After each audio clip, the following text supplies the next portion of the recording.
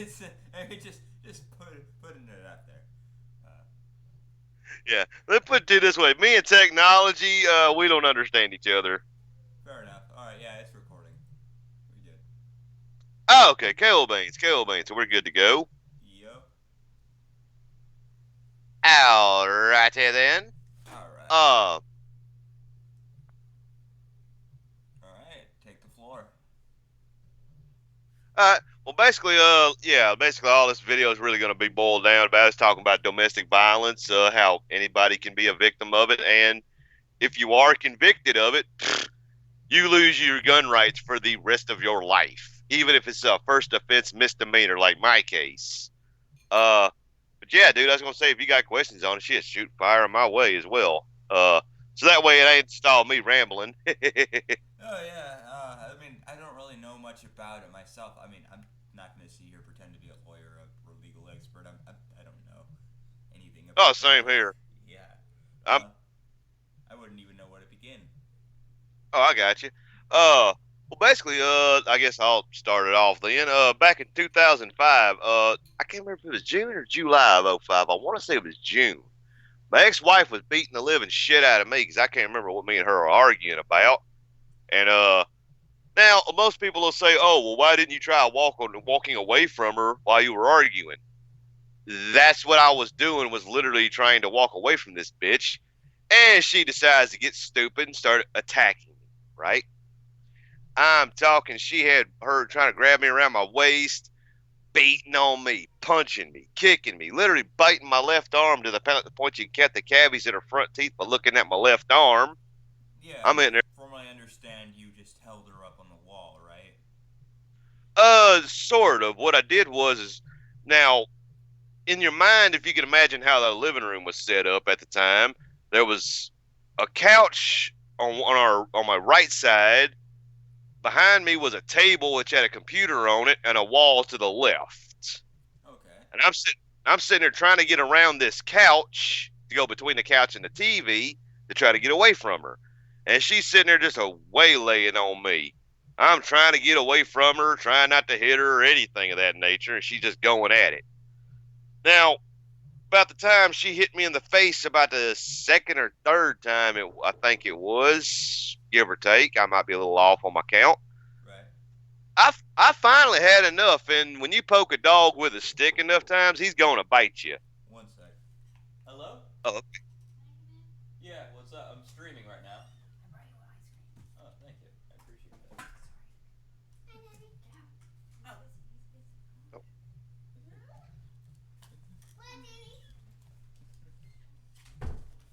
Forgive me on that one. I got a sister-in-law brought me ice cream. Go ahead. oh, that's cool, dude. I'm jealous as hell because I can't have ice cream. Damn it. Oh, you can't have ice cream? It's oh no, lactose intolerant. It sucks. I feel you. Go ahead. Yeah. All right. So what I did was, now I took my left hand, tucked it against my stomach. Took my right hand, put it over my left hand. Lowered my left shoulder, and took one great big step and put her into the wall. You know, kind of like a little one great big step, maybe two steps altogether. Shoulder charge into the wall. Right. Right. Like boom, let go of me. She still wouldn't get let go. Started hitting me some more. So I did the same thing a second time. Boom, into the wall. Let go of me. She let go. As soon as she let go, I got back away from her and started going around, got around to the other side of the couch and told her straight up, stop hitting me. If you hit me again, you attack me again, I'm going to do the exact same thing that I just did just now. Well, she took off from the living room into the little dining room, kitchen area where her cell phone was. She grabbed the phone. She called the police. Grant Parish Sheriff's Office shows up.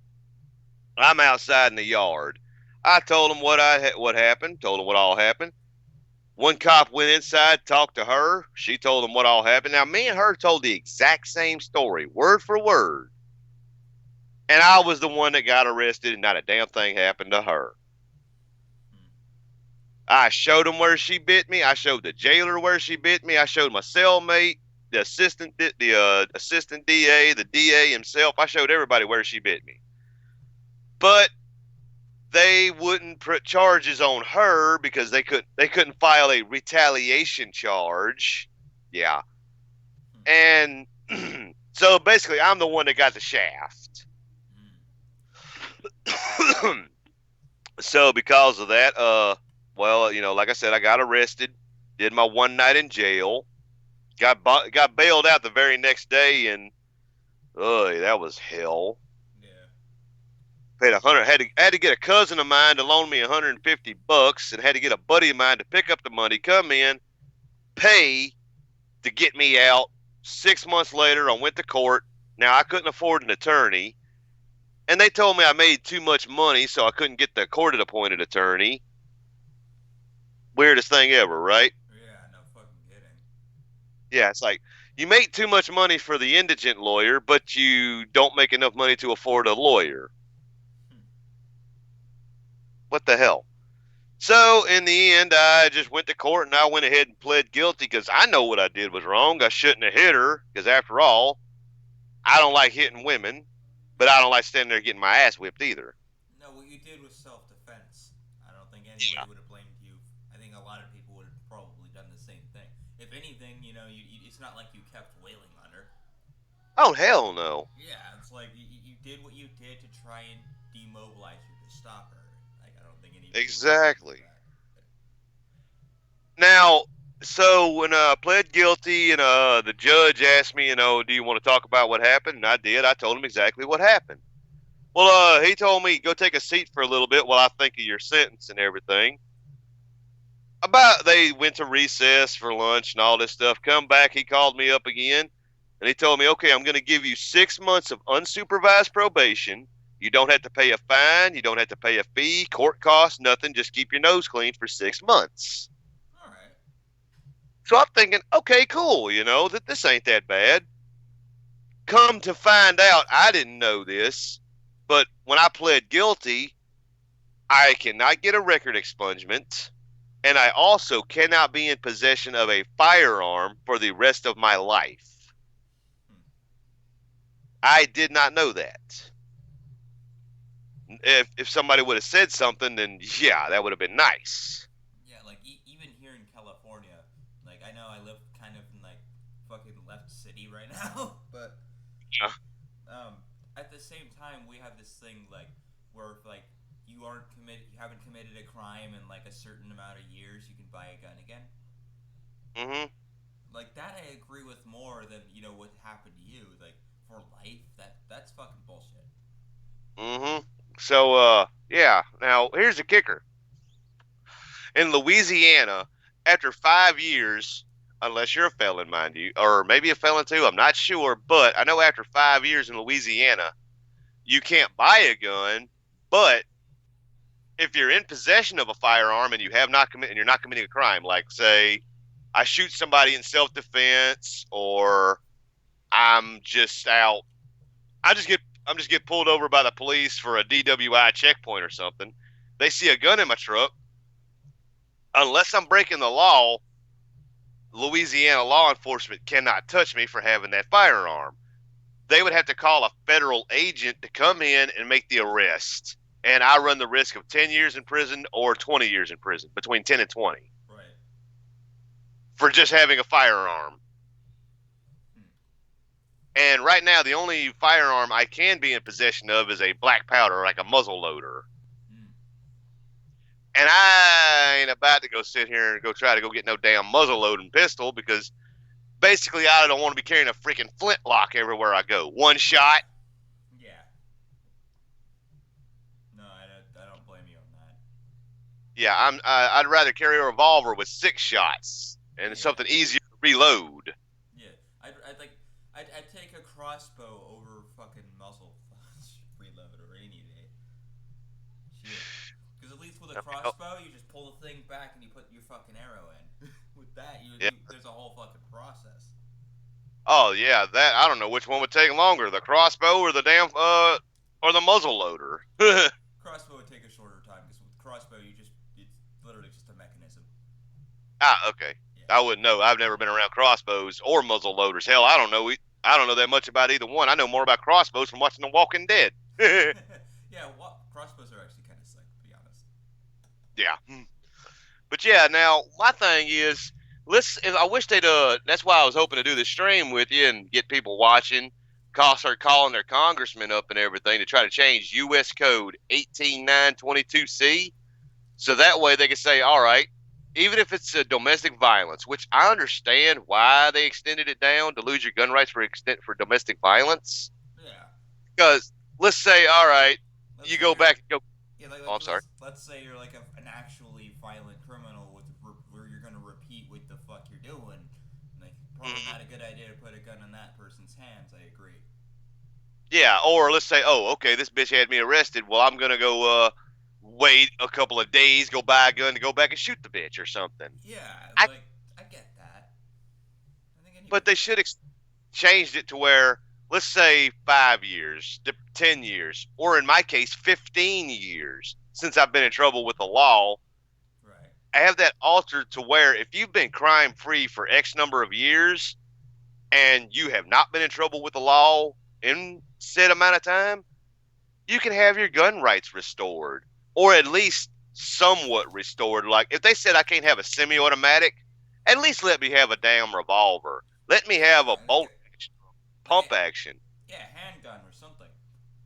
Yeah, let me have a damn 38 special revolver or a 357, Yeah, just maybe a give him a fucking Remington pea 12 shooter. gauge 870. Give him like one of those little like fucking pea shooter things. You know, Yeah. if because in the last 15 years I've been a crime victim 6 times. And if I'd have had a firearm any one of those times, I wouldn't have been a crime victim. Even at the very bare bones minimum, I'd have had a 38 special, or I would have had a 357 snub nose or something. I Mm-hmm. wouldn't have been robbed at gunpoint 3 friggin' times. Well, technically 2 times, because one time a guy did try to rob me at gunpoint when I was homeless. And because of that charge, I wound up homeless. Like, because nobody wanted to hire me because I was a violent criminal. Yeah. Yeah, some violent criminal I am. I got my ass kicked. But yeah. So the guy tried to rob me at gunpoint, and all that rage, all this frustration that I had built up, I let it out on him. And I'll say, when I beat his ass, I beat his ass. Yeah. All my training in Krav Maga, Brazilian Jiu Jitsu, and Aikido came out on me, and I beat that motherfucker down. Mm-hmm. I don't know if you've ever heard of Krav Maga and the stuff. I have. Uh, it's basically Israeli Defense Force martial arts, created by and used exclusively by the IDF, the Israeli Defense Force. Uh, Okay. Go ahead. yeah. So I learned some of that, and I beat that motherfucker's ass. Hmm. So all this training that I had, if I really wanted to hurt my ex-wife, yeah, I would have done a lot more than just put her against the wall to get her off of me. Yeah. Sounds like it. Oh, I told, because I tried to get a pardon from the state of Louisiana here back in 2013. Well, they denied me because it only been 8 years since I got in trouble with the law, not 10. So technically, you And could that's go back for like another 2 years, and you could yeah. probably. Every time you apply for a pardon, if you're denied, you have to wait 2 years before you can reapply again. Okay. I tried to I tried to reapply a second time. They wouldn't even give me a hearing at all because it's a misdemeanor, not a felony. Mm. So now I'm trying to wait. Now I got to do some stuff to try to go apply for a third pardon attempt, but I got to get some stuff taken care of first Right. before I can do that. But so it'll probably be after the first of the new year before I can get it started. But the kicker of that is when I went to the pardon board the first time and I pled my case to them and told them straight up, whenever I had this chick, whenever she was beating the hell out of me, I had my fist locked, cocked, ready to rock. I was ready to put it right through her damn skull into the wall behind her, right? Yeah. But I stopped myself. I said, no, I'm not going to hit her. As much as I want to, I'm not going to do it. Yeah, because with someone with your training, you would probably yeah. Yeah, because I mean, now to put it in a little perspective, I'm 6'3", 240 pounds. Right. My ex wife was about 5'6", 5'7", 5'8", maybe 5'9" at the most. I know she was a little bit shorter than me. Right. Uh, and she weighed about as much as me, if not more than me. Hmm. She was not some little 5 foot tall, soaking wet in full winter clothes, 100 pounds, dainty little flower. She was a big fat bitch. Yeah. All right. So I'd love for one person to explain to me how, if you're getting your ass whooped by somebody this big, like I was, how are you going to get this bitch off of you without having to resort to some kind of level of force? Yeah. I just want one person to explain to me how, when you're sitting there getting your ass whooped by somebody, you're not going to do something to get them to stop. I just want one person to explain what I could have done in that situation when you got a woman this size, arms around your waist, or one arm around your waist holding you, trying to pin you up against the couch, pushing you up against it, waylaying on you. Yeah. No. I mean, sounds like you were just trying to defend yourself. I don't think anybody would have faulted you for that, but guess I was Yeah. wrong. Oh, yeah. That's why I like to tell everybody when it comes to domestic violence, it don't protect men. Yeah. Nowadays, supposedly they've changed that law to where if you if the cops get called, if you're involved in it, you're going to jail. Right. Whether if you was involved, you going to jail. Don't matter what kind of plumbing you got, you're going to jail. But Right. that do me no damn good when I'm over here getting my ass kicked. Yeah. Jeez. You know, I wouldn't be so pissed off and bitter if both of us would have gone to jail. But nope, Yeah. Like it was just just you. and on a first offense DWI, or I mean, not a, why did I say DWI? First offense misdemeanor. I'm the one going to jail, and before that day, I've never been in trouble with the law except for a couple speeding tickets. Hmm. That's it. Hmm. But because of that, I can't go back to work with Department of Corrections. I can't be in possession of a firearm. Hell, I can't even get a job at Walmart because I'm considered a violent criminal. Hmm. Figure that one out, huh? Yeah. I mean, I'm sure you could find some place to work. I'm sure. Oh yeah, mostly I've just been having to work restaurants and everything. I mean, Uh, it's something. oh yeah, like I was a manager, shift manager over at Five Guys Burgers and Fries for almost 5 years, but they fired me. But Ah, that's fair they enough. only fired me so I wouldn't kiss their ass. But that's a different ball game. I mean, hey, it is what it is. What exactly Oh yeah. happened there? Just out of curiosity. Oh, I got fired because I was a manager there for about four out of those 5 years, right? Right. And whenever 9 times out of 10 I closed. Now we closed at 10 p.m. and they wanted us walking out the door, done with everything by 11 p.m., maybe 11:30 at the latest. Right. I wasn't getting out of there until about midnight to 12:30, somewhere in that range. Hmm. Because when I clean, I clean. Like Right. I get under machines, behind machines. If water can go there, trash can go there. To Yeah. give you an idea how much cleaning I do. Yeah, I get you. Yeah, like because to me, if I go in to eat somewheres, I want to make Oh sure the yeah. place is clean. So Oh yeah. You don't want to eat at some place you think is gonna be like is gonna be fucking filthy. exactly. I mean, I'm pulling machines out. I'm opening machines up and wiping the inside every night. Right. You know, that's just how I am. Whenever I clean, by God, I want to make sure this place is clean. Yeah. Nah. I mean, I would have fucking hired you on the spot if I saw you doing some shit like that. Hell, I would have promoted you. Yeah. Well, they didn't like it how long it was taking for me to get out, so they were pissed off about it. And I'm like, well, I'd rather you be pissed off that I'm cleaning too good than anything. Yeah. But oh, I'm costing too much money. I'm like, well, shit. Do you want this place clean or not? Yeah. Do you want you want this place to be able to eat at? Thank you. I'm trying to make sure we don't have roaches running around. Yeah. Fuck. But yeah. So that's why I was also doing this here, this video stream, whatever, with you, because I also want to let people know anybody can be a victim of domestic violence, even men. Oh yeah. And a lot of people they think, oh, men can't be victims of domestic violence. Uh, No, they can. Oh yeah. oh yeah. So that's why it's like shit. Here I am. I'm 6'3", 240 pounds, redneck, with former corrections officer. I'm a victim of domestic violence because my ex bitch.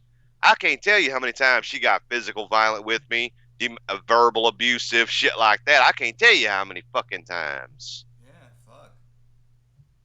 So yeah, men. If now most people say, "Oh, you're a sissy by letting a woman do that," but yeah, if you that's the thing I never understood. If a man gets beat on by a woman, he's considered a wuss. But a man hits a woman, he's considered a wuss. Yeah, it's like there's really no fucking winning when it comes to society. That's why I always tell people just do what you think is right in the moment. Fuck what people think. Just do what you think is right. Pretty much. That's why nowadays I've changed it around to my story now is okay. If you're a victim of domestic violence, whether you're a man or woman, get out of that situation. Get help. Let somebody know. Yeah. You could talk to the police. You could talk to your preacher, priest, whatever. You can Yeah. go to a hospital and talk to somebody. Get Yeah. talk to somebody to get idea of what you can do, what you can't do, and everything. Yeah. I mean, there's obviously the statute of limitations, but there's people that'll help you regardless. Oh yeah, if you got somewhere to go to get out of that situation, do it. Don't be like me, because look at me. The one time I finally have enough and I stand up for myself, oh, I'm fucked for life. Yeah. Oh yeah, and the golden rule: if you're not happy in a relationship, dump the bitch. Pretty much.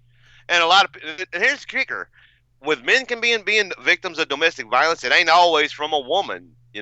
If you've got a gay man with his boyfriend or whatever, Oh yeah, one, sometimes that shit happens too. oh Absolutely. yeah, and domestic violence could also extend to because technically you could be arrested for of domestic violence for getting into a loud argument. True. Yeah, like daddy arguing with the son, and the cops get called because the neighbors hear it. Daddy's going to jail for domestic violence, or the son could be arrested if he's the one doing the loud arguing. Yeah.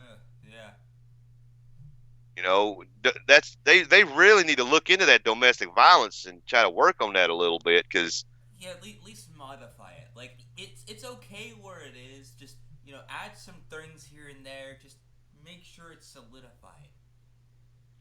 and sensical as well because Yeah. I mean, okay, if you're sitting there getting into a loud argument and making a lot of noise, you Yeah. shouldn't lose your gun rights just for loud arguing. Yeah. Like if you're damn near gonna fucking kill a bitch, yeah, then yeah, absolutely. But if you're just trying to defend yourself or, you know, just, loudly fucking arguing, yeah, you shouldn't lose your shit over that. That's bullshit. Exactly. Or if you do lose your gun rights, at least have it be with a certain time frame. If Yeah. you're let's say if it is a first offense like my case, okay, you go 5 years, 10 years without getting in trouble with the law, let your rights be restored. Yeah. But if you continue to be a criminal afterwards and you commit more and more crimes or whatever, then okay, that gets pushed back. Like, okay, in 2005, I was arrested for domestic violence, using myself as an example. Let's say I got in trouble again in 2006. Okay, add another 5 to 10 years on it to where before I can get a firearm Yeah. or something. That's fine. I could agree. I could get down You with know, that. I can live with that because I'd be like, okay, I didn't learn my lesson the first time, Yeah. so. But considering it's going on 15 years since I've been in trouble with the law. Literally, the only thing I've had law wise in the last 15 years is I want to say 2 speeding tickets. I know one for a fact. One, I can't remember if I got a ticket or not. I mean, I don't I, think anybody gives a shit if you have a speeding ticket. yeah, Some if you're places will doing literally throw that out. Like, some people don't care. yeah, if you're doing 90 and a 35 or 90 and a 45, okay, I can see that as being Oh, bad. oh yeah. Like at that point, you're becoming a danger. But like, if you're like doing like fucking 70 in like a 68, I don't think anybody's Yeah, gonna or bat an eye at that. That's just oh yeah, me. if you're doing like if you're doing 70 and a 55 or something, okay, you know what? It's like, yeah, that's not so bad. Yeah. Jesus Christ. Yeah. Situation Hey, could be a lot worse there for sure. exactly. But as far as that goes, but it's like actual crime. Like, okay, let's say if I was dealing dope or being violent or something, okay, Yeah, yeah, and even then, with dealing dope, is like someone's obviously buying that, and as long as you're not selling to kids, like I don't really give too much of a shit.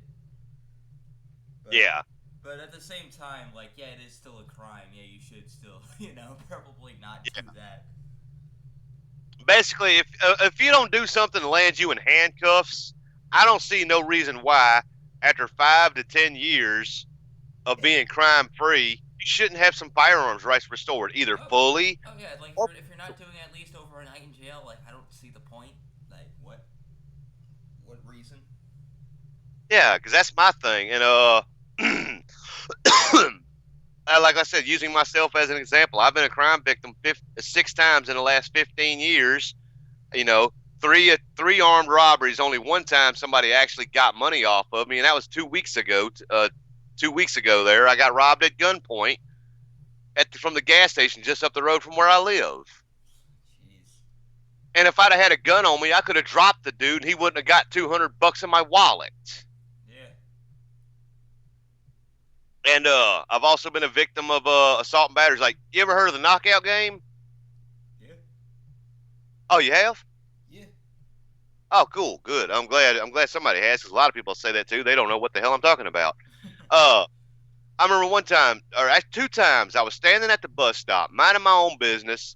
Some little punk runs up and punches me behind the ear, trying to knock me out one punch. And as soon as I felt them hit me, because I felt them running up on me, but I wasn't fast enough with my reflexes to block them. Right. And I got hit behind Nice. the ear, and I turned to get ready to go grab this little bastard and beat his ass, but he took off running. And when you got a little skinny kid, probably about 14 at the most, and you're a big guy like me with arthritis in his legs from walking miles on miles every day, you can't move that fast. Nah, probably not. Definitely not. But It's like, because of my arthritis in my legs right now, there's some days I got to use a cane to walk around my trailer, because I've literally walked from one end of Alexandria to the other. If you ever get a chance, look up Alexandria, Louisiana on like Google Earth, Google Maps, or whatever. uh, I've pretty much walked every inch of this city, jeez. like working 2 jobs on and off for the last 10 years now. And I've Yeah. literally walked from one end to the other. Right. So yeah, my legs are shot. I could feel that. I have a genetic disorder called nail patella syndrome. Hmm. Not many people have heard of it, as only like 5% of humanity actually has it. Yeah, the name's familiar. Yeah, it used to be known as Hood syndrome. Okay. Yeah. Basically, I can't straighten out my arms. I have very very small kneecaps, or sometimes even no kneecaps. I'm one of the people who has very very tiny kneecaps. I get asked. Ouch. I get asked about it all the time whenever I go get X-rays. Like they're always like, "What's wrong with your legs?" I'm like, "I have a genetic disorder." They're like, "Oh, okay." Enough said. Yep, pretty much, yeah. And because of it, my thumbnails also look super weird, and my kidneys are also shot. Mm. Yep. Another feeling there, buddy. Oh yeah. But, And I think God wanted me to abort myself because when I was born, I wasn't breathing for about a few hours. Had to be put on life support and incubated. Jesus. Oh yeah, no. When you like, my mom always talks about me like I'm some kind of miracle. And technically, I am. Yeah, I was literally about to say that. Yeah, it's like yeah. I mean, it sucks. It's you No know. doubt. Oh yeah, but I mean, it's something I learned how to live with at least. Just Yeah. yeah. Yeah, so that's why I was like, but yeah, I was glad I was able to do this video here with you, try to get the word out to people. So it's like, basically, look, if you're a victim of domestic violence, whether it be verbal abuse, mental abuse, or physical abuse, look, go get some fucking help. All right, Yeah, there's there's places you can go. yeah, and Now, most people would be very very understanding and sympathetic of the situation anyway. Like sure, I'm a bit of an asshole. Maybe I'm the wrong person to bring it to, but there's like churches, there's facilities that you can go to. There's a whole bunch of options for you. Just please go ahead and. The only kicker is when it comes to men being a victim, there's not as many options for men. Women, you got battered woman shelters and everything, but you Oh don't hear about battered men shelters. yeah, it's unfortunate, but it is what it is. Yeah. So for men, look, if you're a guy, you're listening, you can hear my voice. If your woman's beating on you or your boyfriend's beating on you or something, look, if you got buddies, talk to them if you can crash on their couch or something.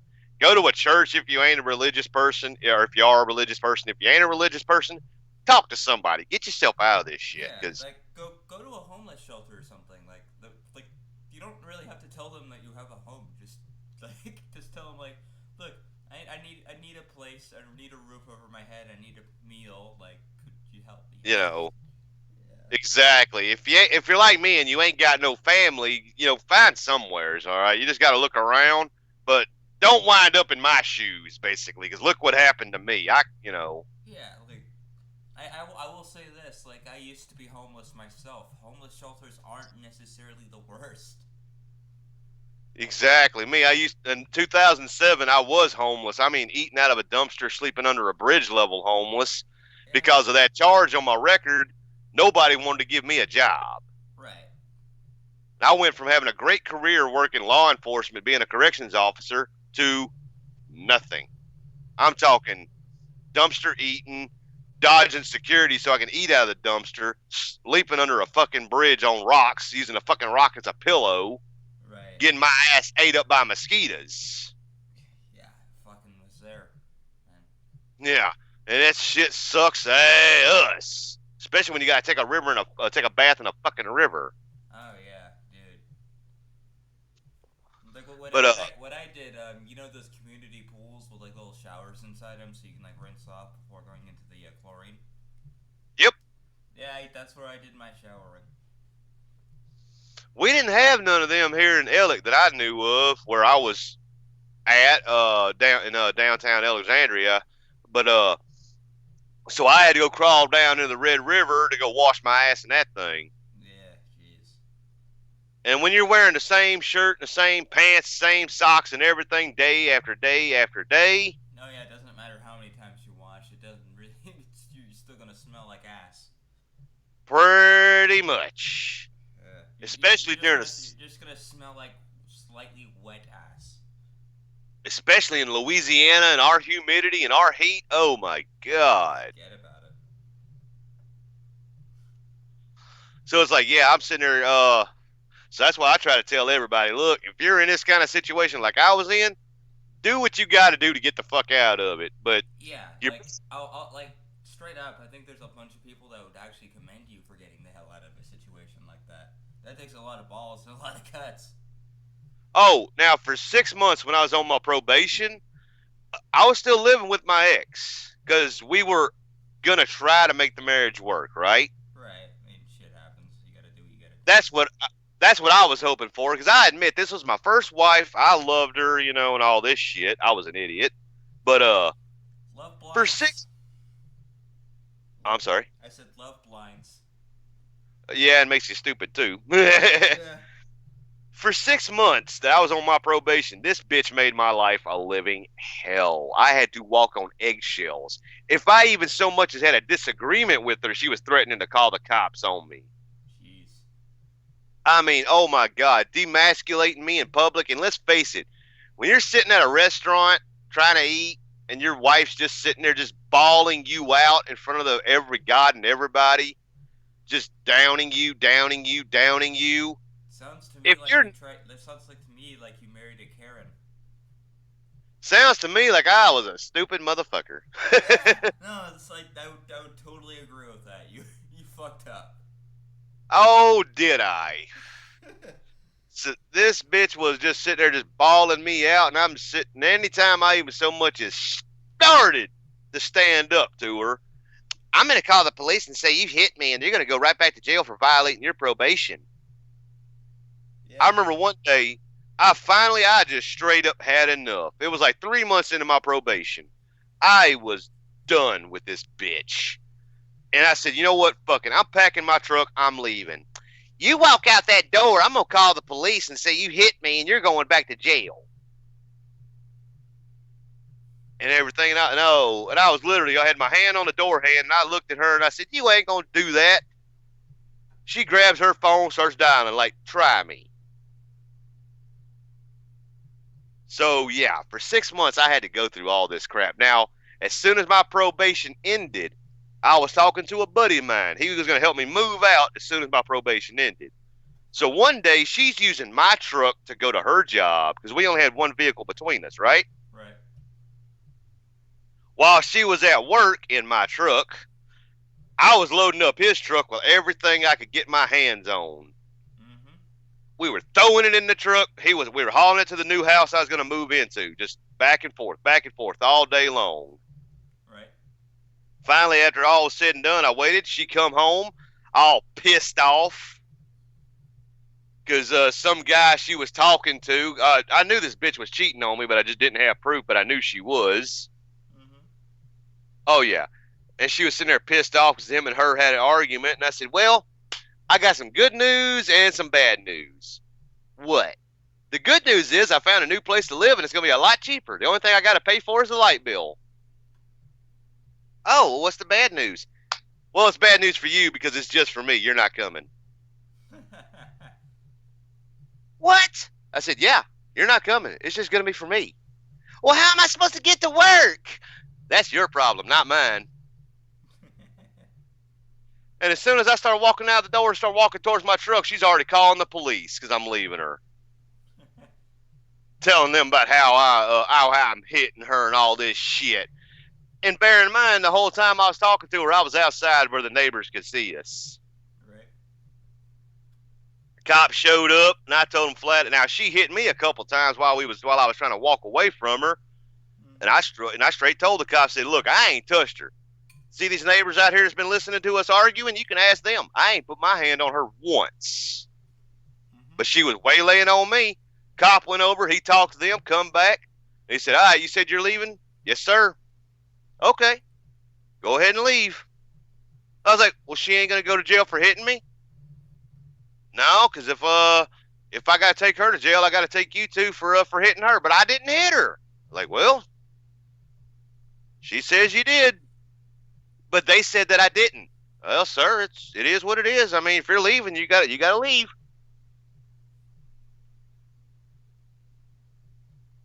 Yeah. Yeah, figure that one. Yeah, jeez.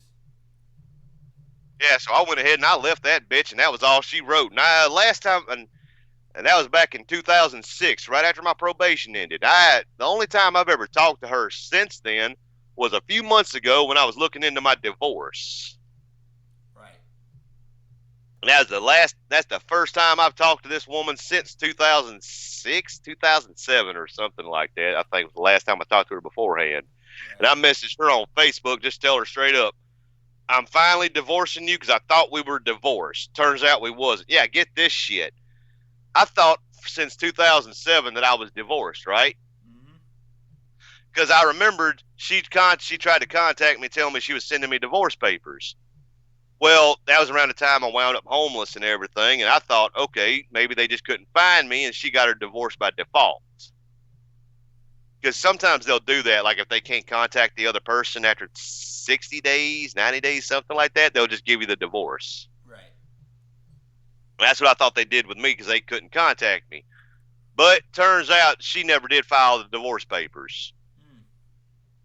So now I'm sitting here having to pay for the damn divorce of my damn self. Thankfully, I only owe $300 left on it. Right on. But yeah, that's the only time I've ever contacted this woman since then. Now, I even tried to do something called a pretrial diversion. I don't know if you ever heard of that or not. I haven't. Pretrial diversion is basically where if you get in trouble with the law for a misdemeanor and maybe a felony, I'm not sure. But if it's a first offense and you're sorry, you're repentant, and it's genuine, if the DA's cool with it, they'll let you have a pretrial diversion where the crime doesn't go on your record. All you have to do is pay a fine and some fees and do some community service, and it's like you never got in trouble afterwards. Right. I tried to do that. Part of the stipulation was they had to talk to her, the victim, and I use that in quotation marks, and they had to talk to her first. Well, for a whole week, I was asking her, did you ever talk to the DA yet? No. They keep giving me the runaround. In 5 minutes' time, I was on the phone with the DA right in front of her. 5 minutes. Right. I handed the phone. Yeah, she was just dragging her feet because she didn't want to do it. I handed her the phone. She talked to the DA, and the DA asked her, "Are you still scared of him?" She told him yes. She was the one beating the hell out of me, and I put her against the wall to get her off of me, but she was afraid of me. Jeez. And oh, here's the kicker. She didn't tell them why she was scared of me, but she told me why she was scared of me. Now, this one, you got to hear to believe it because it is so stupid. The reason she was afraid of me was because one night she had a dream where in this dream I threatened to shoot her in the mouth with a flare gun.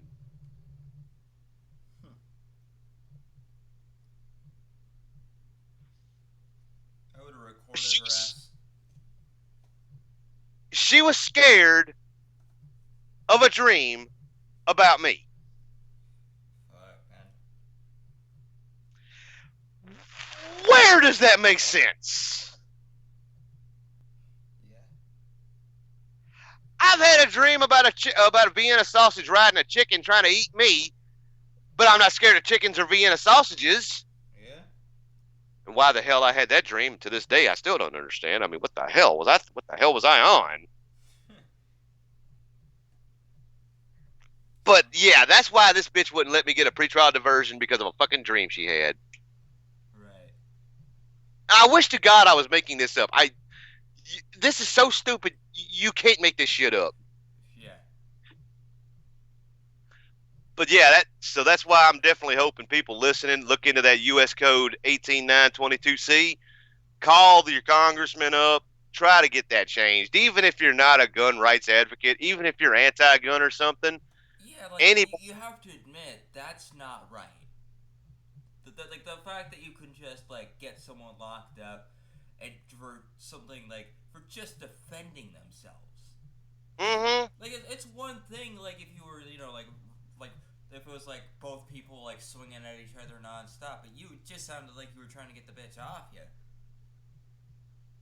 And I think most people would be sympathetic of a situation like that. Like it's like it's like you said, you're not hitting her. You're just slamming her on the wall, trying to get her the fuck off you. Pretty much. exactly. Now I will say this: if I was punching her, kicking her, choking her, slapping her around, I wouldn't even be having this conversation because I'd be like, you know what? I brought this on myself. I did wrong, Yeah. and I've always. Yeah, Oh, I'm sorry. I'm saying like I would do the same thing. Go on. Yeah, it's like, look, if I'd straight tell people, look, I've been the kind of man, if I do something wrong, I own it. Yeah. You know, if I know I did wrong, I'll admit it. I don't give a shit. Like I said in Anthony's stream there, F and GR stream that day. I'm lazy, so I'm just gonna be honest. Because damn it, it's too much hard work to lie. Right. You know, it's too much goddamn hard work to lie. So I'll just be straight honest. Because fuck it. Because when you think about it, if you lie, you got to think of the lie that somebody's going to believe. Then you got to remember all the lie of who all you told the lies to. You got to keep it all straight. Yeah. And you got to go through all the trouble.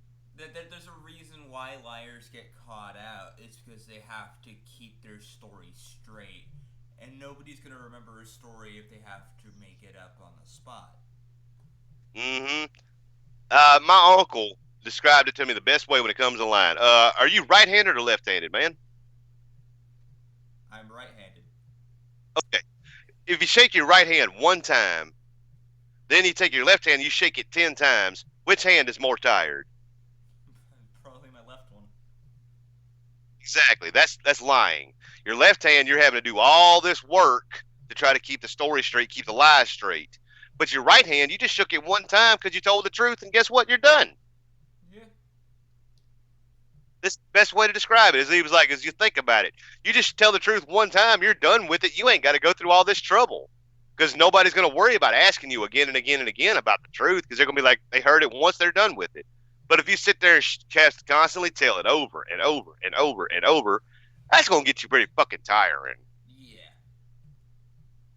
It's like just be lazy and just tell the truth one time. Like, if you ain't getting a paycheck, why the fuck are you working hard? Yeah, exactly. If you ain't getting money in your pocket or something that's gonna help you in the long run on something, why are you working hard for nothing? Right? And when he told me that, I couldn't just say nothing because I was like, that is some fucking wisdom. Huh. He's like, look, if you're working hard, it's either because it's doing something good for you in the long run or it's because you're getting a paycheck. But if you're working hard for nothing, you're just a dumbass. Yeah, at that point, yeah, I'd have to agree with that. Yeah, that's just on you being dumb. But Yeah, and then and I'm agreeing with that, and I'm like, and that's coming from the dude who calls himself a dumb fuck every now and again. No, oh like, hell, we all do it to ourselves. oh yeah, like mistakes happen, but it doesn't mean we can't call ourselves dumb fucks for it. Oh, to this day, I still call myself a dumbass for getting married to that bitch. Yeah. Oh, dude, I had my own run-in with a Karen at one point. Didn't fuck her, didn't get married, but holy shit. Oh, I got to hear this story. Yeah, dude. So like a dumbass, I was just starting out my years of adulthood. I got on a dating site because that's what you do when you want to fuck around and you're an adult. You go out, you put yourself out there, and you go fuck around. Right, Anyway, right. anyway, I meet this one lady. She ends up being somewhat chill, a little crazy, a little fucked up in the head. I could give you some messages on that, but she was mentioning about how if she ever got caught by the fucking ISIS soldiers, like she would be like, oh baby, harder, try to freak them out. It's like, bitch, you're gonna get beheaded. Yeah, you're gonna die. I can't say too much because if I get caught by ISIS, I'd be like, fuck it. You know what? If I'm going out, I'm gonna go out. I'm gonna make them remember my ass. Oh yeah, she was also mentioning like how her and her sister just both equally fucked up.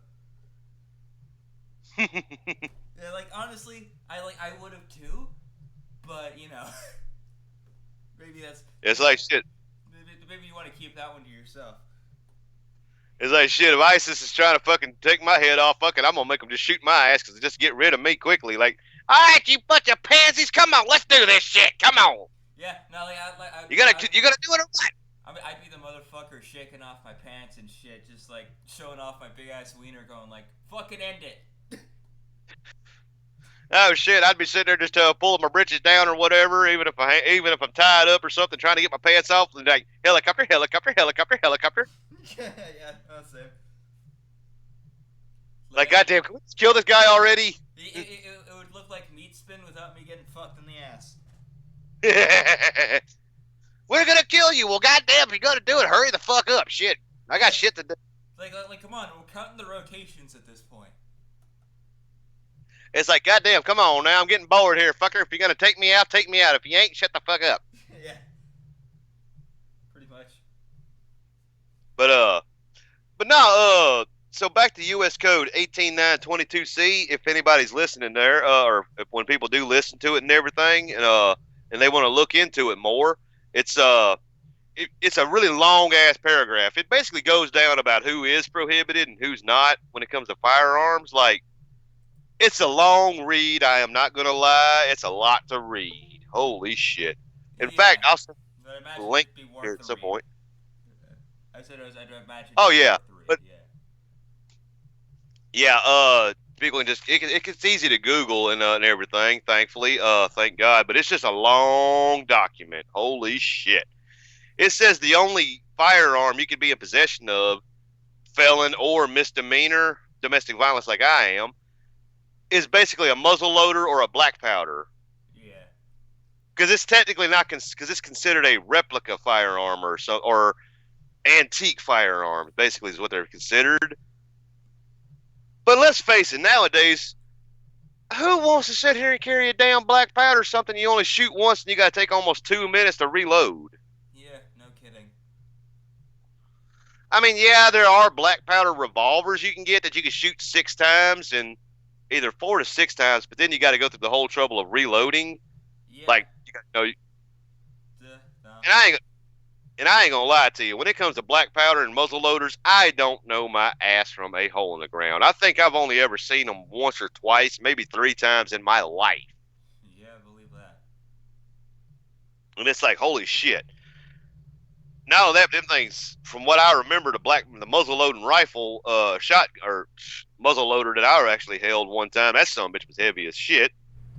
Right. Uh, as far as the handgun itself goes, it's a muzzle loader. Fuck, I'd never even held one. Hell, I've only ever seen one at Cabela's or big gun stores and whatever. Right. So I never held it. Hmm. And that's why I'd prefer a revolver myself because you ain't only get 6 shots, somewhere between 4 to 8 shots, depending on what kind it is and what caliber. Right. But you can reload them easy. All you do is just open the cylinder, kick out your spent brass, and put your new brass in. If you got a speed loader, you can do it in seconds. Right. And let's face it, those times that I've been a crime victim where I was robbed at gunpoint and shit, if I'd have had a little snub nose 38 or a snub nose 357, I could have put 3 shots in the dude, no problem. Because with a revolver, you don't have a safety you got to fumble with. All you got to do is just pull it and go. If it's double action, Yep. and double action, you could either cock the hammer back and then pull the trigger, or you can just straight pull the trigger. Yeah. But me, I like revolvers because they're old, even though you get less ammo capacity and longer reload, but they're so damn reliable. Oh yeah. Like I'm not much of a gun person myself, but even I could buy that one. Because I can remember my papaw's old 38 special. This gun's older than me and you put together. Right. All right. This gun here, it sat up in a closet for probably like 20 years. I took it out, put bullets in it, and it shot like it was brand damn new. Buy it.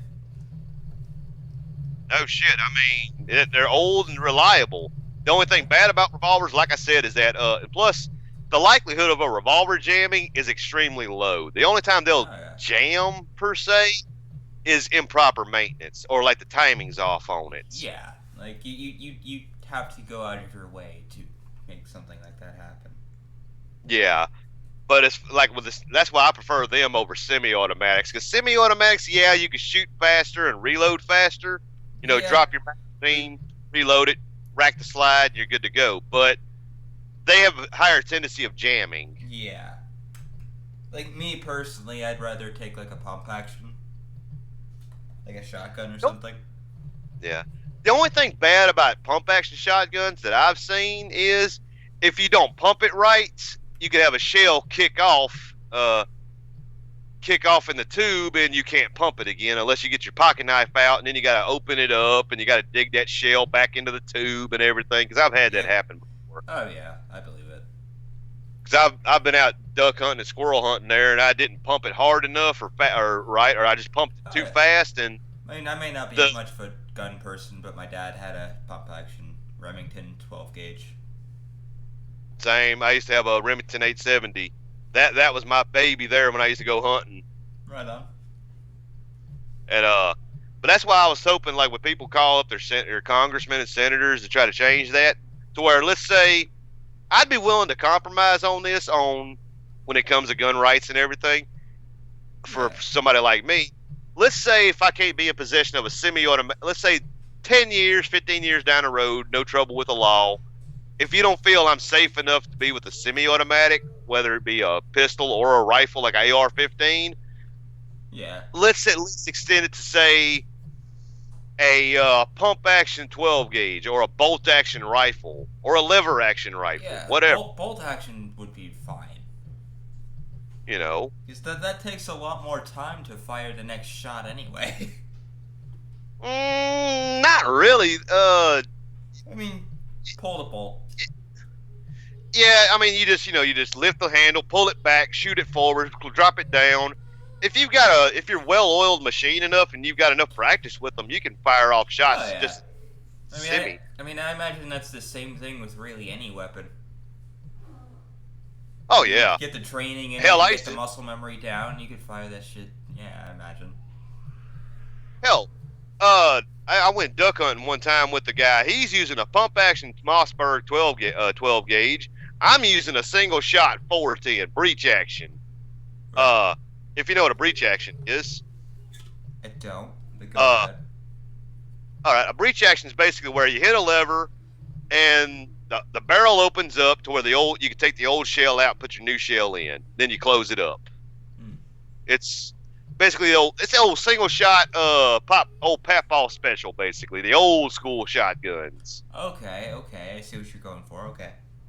Yeah, I was sitting there shooting that 410 fat and reloading and shooting it faster than he was with his pump action. Oh, interesting. Yeah, because I was literally holding like the other 410 shells between my fingers in my offhand and my left hand, and fire, pop the barrel open, the old shell kick out, throw a new shell in, close it up, cock the hammer back, aim, fire, pop, pop, pop, pop, pop. Just repeat that process. Yeah. Yeah, for every one shot of his, I was putting about two of mine out, and he was using a pump action. Yeah, his gun was easier to fire. Yeah, and I was sitting there shooting faster than him. Now I was using a 410 and he was using a 12 gauge, so he had more power than I did. But you know, Oh yeah. so I'd knock the duck down and he'd finish it off. And I was sitting there looking at him like, "You son of a bitch, shoot your own damn ducks." He's like, "Yeah, but you ain't killing them." I was like, "Asshole." But so I can live with that. Of if that kind of compromise could be made, I'd be happy with that because Yeah, hey, like, I don't like the automatics anyway. yeah, I mean, me personally, I don't really even plan on getting a gun, but I'm not much of a gun person myself. More of a blade guy, but like, even I have to say that's not right.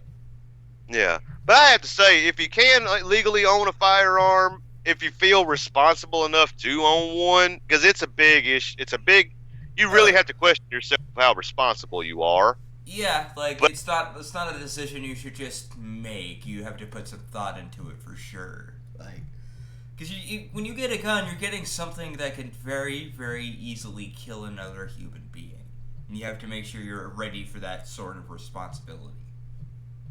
yeah, you have to know basically when do you want to shoot, when to not shoot, because and everything. Yeah, But I tell people all the time there with it, you have to ask yourself, are you responsible for it? So, but at the same time, the world's getting stupider. All right, I mean, this yeah. city that I'm living in, this the day that I got robbed at here just 2 weeks ago. Like I said, here at around midnight, a woman got robbed at Target here in Ellick at 3 o'clock in the afternoon.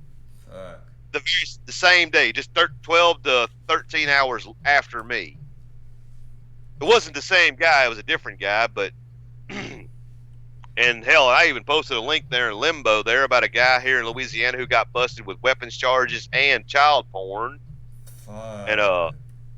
yeah, and there's people in like this city here that I'm living in is just getting more dangerous by the goddamn day. I mean, people getting robbed left and right and everything else. Yeah, jeez. So if you can arm yourself and you feel responsible enough, go ahead and do it Oh, absolutely. Like I said, because like I'm not much of a gun person myself, but I'm all for other people flexing their rights. yeah, as long as you don't go overboard with it. Like you Oh ever yeah. watch those like open carry people? Oh yeah. Some of them, I'm sorry. Now I am very pro gun. I am very pro Second Amendment. If you could already tell that. That's fine. Yeah, do you, man? I don't give a shit, and I Yeah. am too. Like I said, like I may not be a gun person, but flex your rights. I don't give a shit.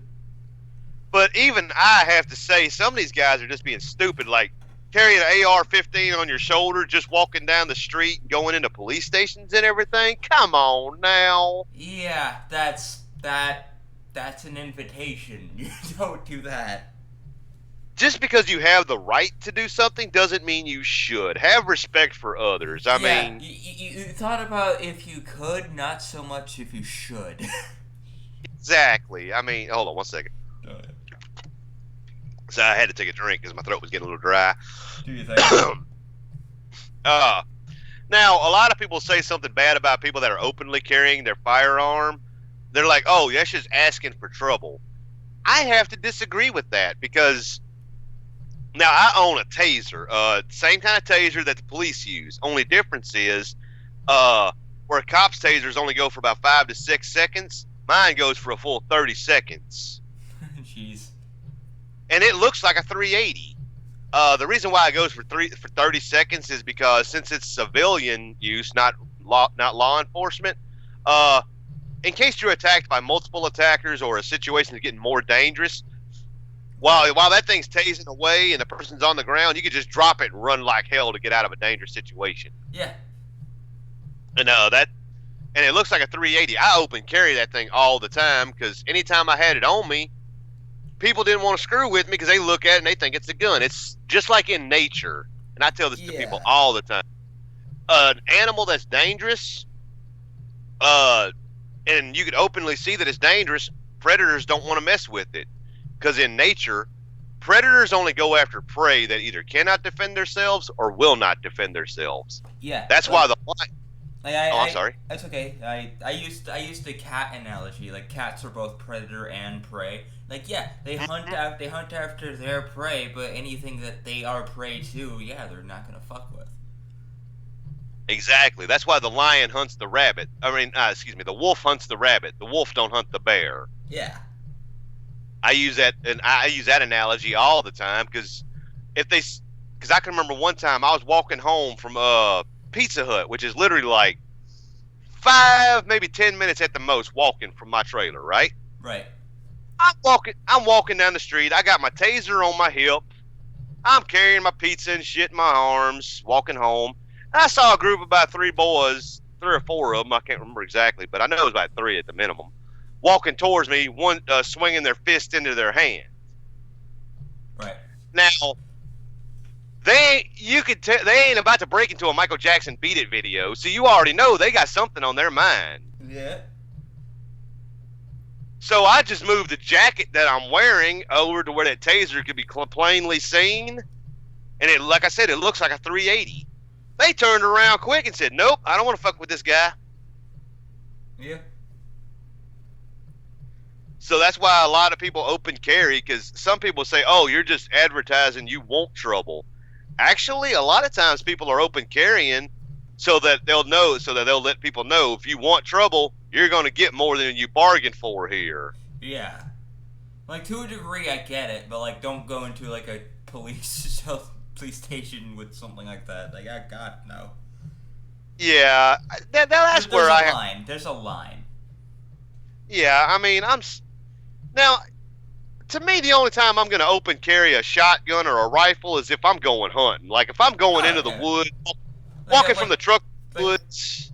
Like, if you're going to go kill an animal, get some food or something, like... Yeah. Yeah, I don't blame you on that. Or if I'm going to the gun shop or something to go either get the gun worked on, sell it, or I'm going into the gun range or something. Oh, yeah. But I'm just going to go walk up here to the mall or something with this AR-15 slung across my back. That don't make no damn sense. Cause yeah, I'd rather conceal at that point. Like, yeah, because number one, a lot of people are going to see that and they're going to get scared, thinking you coming in there to shoot the place up, or yeah, especially in this climate. Like, come on, not the smartest move. And plus, I'm not. Who wants to sit here and carry an AR-15 or an AK or something on their back everywhere they go? Because after a while, that shit's going to get heavy. You're going to get tired. Yeah. Like, even I have to admit, like I like the feel of the shotgun. I do. Yeah. I'm not big on guns, but I see their appeal. You know? Exactly. I get exactly what you're saying. Because, but at the same time, I don't want to sit here and be toting my 12 gauge every damn where I go. Because after a while, you're going to carry this damn thing. Yeah, like you're going to get fucking bruises on your back trying to carry that shit. And like, man, that's not worth it. Exactly. Now, if you got a handgun on your hip or something, I got no problem with that whatsoever. Because absolutely not. You got it on your... I said absolutely not. Plus, I'd rather... Shit. No, I'm sorry. That's okay. I think the call's lagging a little bit. But anyways, so I was gonna say, like, yeah, I don't mind handguns at all. Like, handguns are fucking cool. Yeah, because I'd rather be open carrying anyways, because even, like, using me as an example, I can't have a gun at all. But if I go into a restaurant to eat somewheres, if I see a dude's got a gun on his hip, I don't feel scared. If it's just sitting there on his hip and all he's doing is eating Yeah. or shooting the bull. All right. Now, if he's pulling it out, spinning it on his finger like a Wild West gunfighter acting stupid or something, oh, I'm gonna get nervous. Yeah, I would too. Like where And you're acting like a fucking Metal Gear Solid character playing with your fucking gun. Like, yeah, no, I think a lot of people are gonna get nervous there. oh shit, but if you're just, and I hear a lot of, and I see this a lot on Facebook and stuff where people are talking about, well, I can't tell if it's a good guy with the gun or a bad guy with the gun. I keep telling people the easiest way to figure out if it's a good guy or a bad guy is very simple, and that's Are okay. they pointing it at you? Like, are they trying to Well, that's shoot not. you? If not, they're Yeah, probably good enough. yeah. It's like okay, you're at Walmart and you see somebody open carrying a gun on their hip or something. If all they're doing is pushing a buggy, looking at stuff on the shelves, putting it in the buggy, moving around, maybe Yeah. they're talking to their phone with somebody or looking at a shopping list, and all they're doing is like, huh, this is $3.89 and this is $2.79, and they're supposed to say, oh, I'll go with the Yeah, or $2.79. if they're acting like a sensible human being, chances are they are a sensible human being. Exactly. Now, if you got some guy who's open carrying or something, he's constantly looking around at everybody, trying to see where everybody is, being Checking for security suspicious. cameras, like trying to make sure like what the best course of action is like, to clear out a room. Like, yeah, that's the guy you want to keep an eye on. That's probably the bad guy with the gun. Yeah. But if it's just some dude who's sitting there shopping, maybe he's got his wife with him or his kids with him or something, Yeah, and he's sitting like that dude you're gonna be fine with. you know, and he's like, okay, son, go over here to this aisle and go get the Vienna sausages. I'm going to be over on this aisle getting the Cokes. Right. That's not somebody to so much worry about. Not at all. Yeah, no. Like that's a dude who's just trying to live his life. Like, why are you gonna know? try and fuck with the dude who's just trying to live his life? And you hear people talking all the time about, oh, well, why do you need a gun to go shopping anyways? Okay, let's see. Let's say someone tries to run up to you and rob you. You bet you're gonna wish you had a gun on you, because if you call the cops, they're gonna take 30 minutes at least.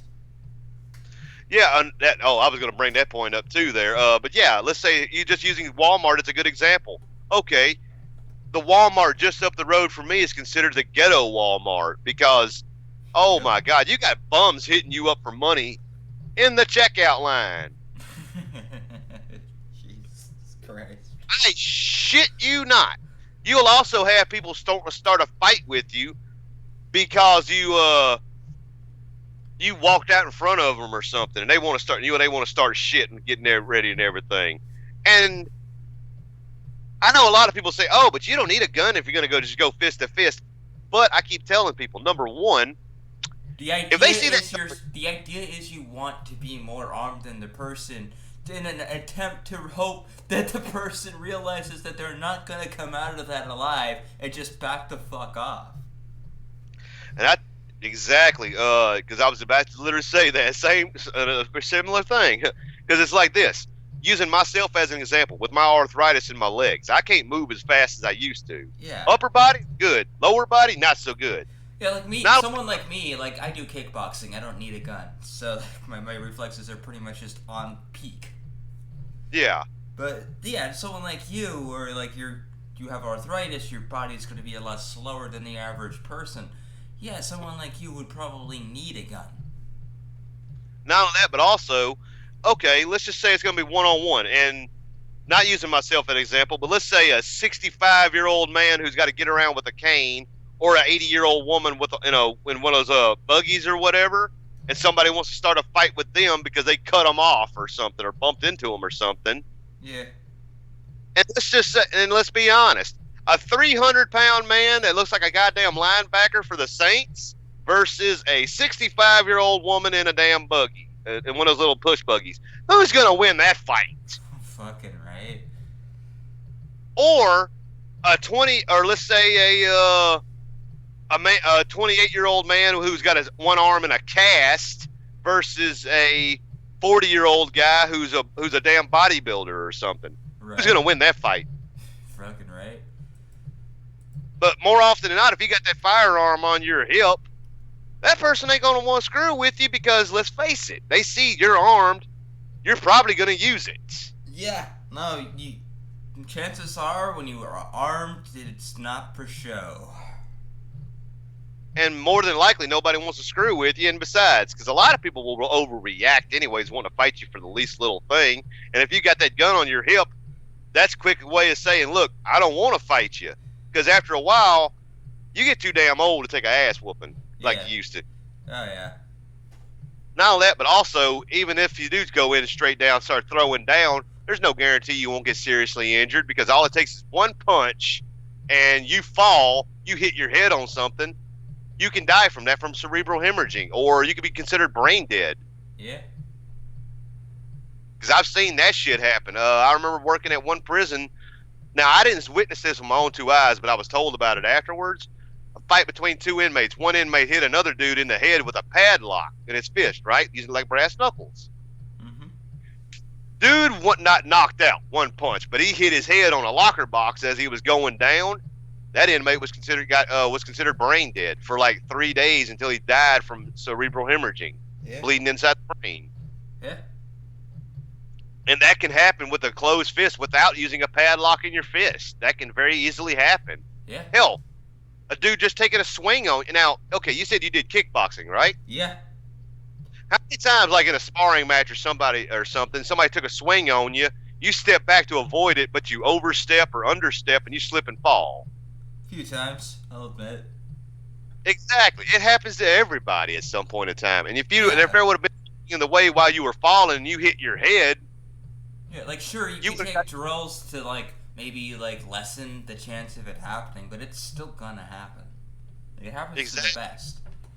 Especially if you're somewhere in an area where there's a lot of obstacles and everything, and you got adrenaline pumping because you're in a fight situation. There's always that chance you could fall and hit your head on something. Yeah. So why get in that situation to begin with if you can avoid it? And if you got a firearm on your hip that's plainly visible, a person ain't going to want to screw with you because you know why? They think, okay, this motherfucker might shoot me. Yeah. So that's why I tell a lot of people there, if you can be armed, arm yourself just for situations like that. Like you just going up to the gas station or something and some bum outside hitting you up for money, you're trying to be nice and tell them no, and they want to start getting belligerent and violent with you. Yeah. Sure, you might be able to defend yourself with your fist and your feet, and some people have. Hell, I have many times. Oh, yeah. But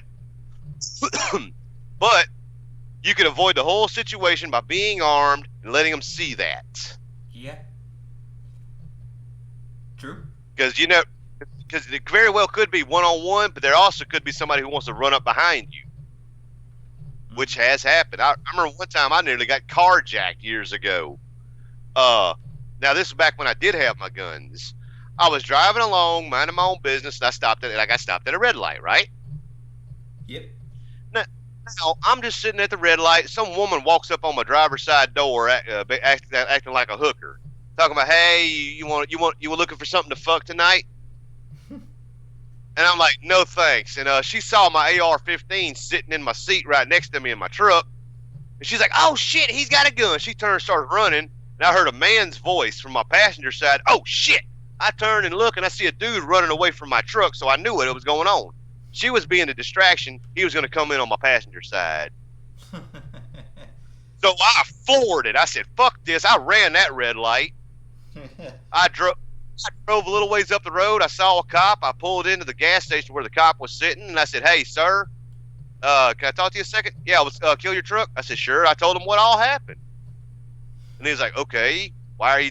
Okay, he's like, "So why'd you come up and stop me? Did you need to make a report?" I said, "Well, sir, I ran that red light up there, and I don't know if they got cameras or not. And if it picked up my license plate or something, in case I get a ticket, I want to let you know why I ran that red light." He's like, "Okay, well, I appreciate it." So I gave him the information, told him all the stuff, what happened. He said, "All right, if you get a letter, I don't think there's a camera there, but I'll put this report in. Just come get a copy of the report, and if you get a letter in the mail saying you got a ticket or whatever, just bring this report to them, and they'll throw it out." Yeah. Because a lot of times, if you break the law to get out of a more dangerous situation, a lot of times, DA will just throw the ticket out or throw the charge away. Yeah, like if you're scared for your life, your adrenaline's pumping, and you're not able to make a sane decision. Like nobody's gonna fault you. No shit. Like there was a story I read about here years ago.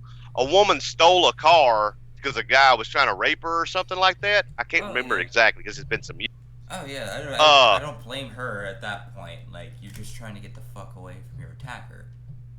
yeah, it's like she got. I can't remember exactly how it happened because it's been some years since I read the story. But she broke into this car, hotwired it, drove it, and she drove it straight to the police station. And went up and ran up in there, said and told them what all happened. Like, listen, this car right here, I just stole it. I'm turning myself in because I stole it because a dude was trying to rape me and I got away from him. They investigated. They caught the dude that was trying to rape her. They found the owner of the vehicle, and yeah, she didn't get charged. They found the owner of the vehicle who reported that the vehicle was stolen and everything.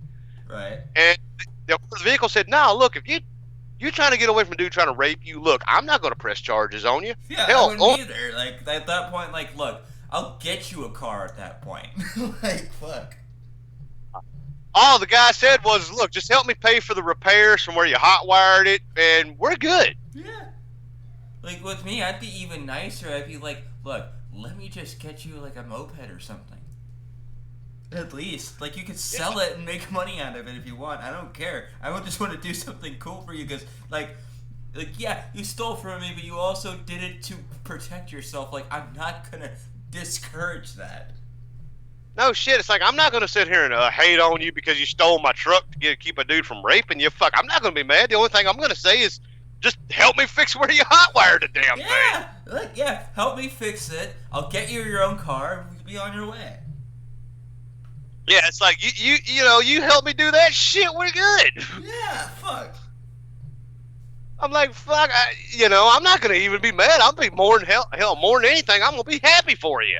Yeah, I mean, yeah, just like you got yourself out of a position where you were gonna have your life be put in danger or whatever the fuck. It's like, good for you. You did what you had to do to survive. You did something good for yourself. Good. Mm-hmm.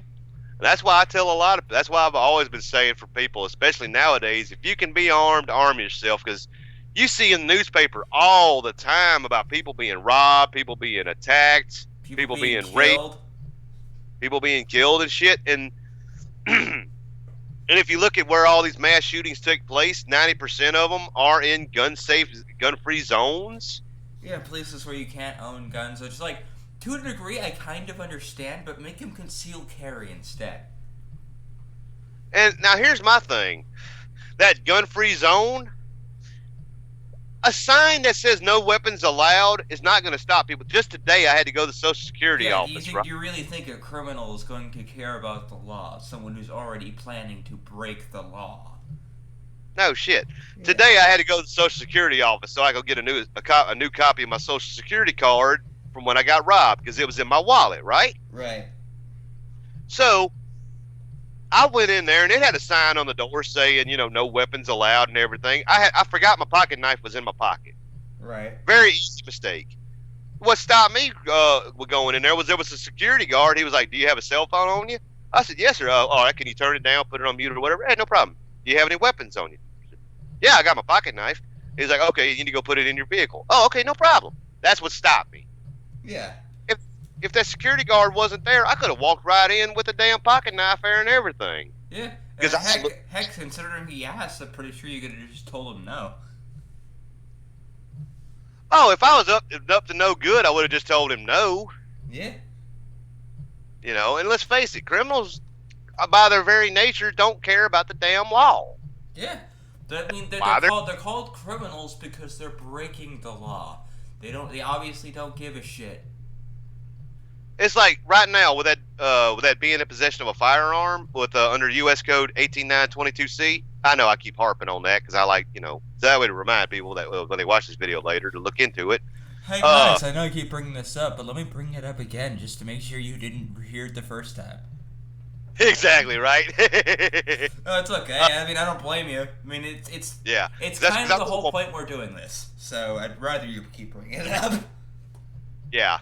Because it says in there, like, people who with felonies and stuff, they can't be in possession of a firearm. Here's the thing.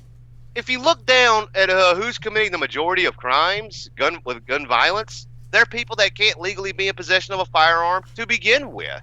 Yeah, like for example, like people bring up the Vegas shooting because it had such a high body count. That dude was dishonorably discharged. He was not supposed to own a gun. He literally used one of the people he went with to go to you get the gun.